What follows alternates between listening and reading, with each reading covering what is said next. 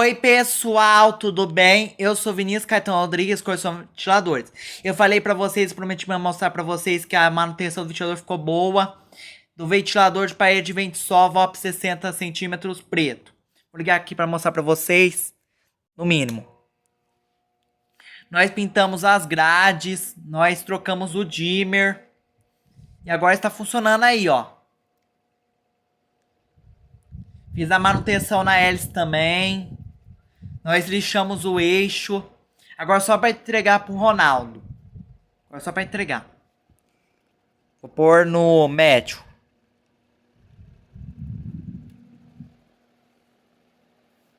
Esse ventilador, pessoal, não é meu. Lembre-se, não é meu.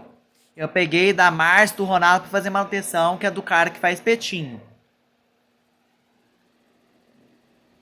Vou pôr no máximo.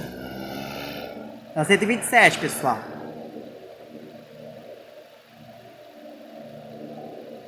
Ele vai virar um pouquinho. Ele é bivolt, gente.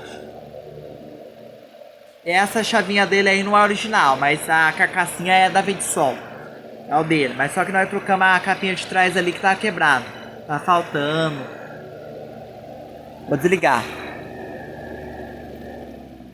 Então foi isso, pessoal. Essa aí foi a manutenção do ventilador de parede de Ventsol VOP 60 preto de 2014. Então, tchau, pessoal, e até a próxima.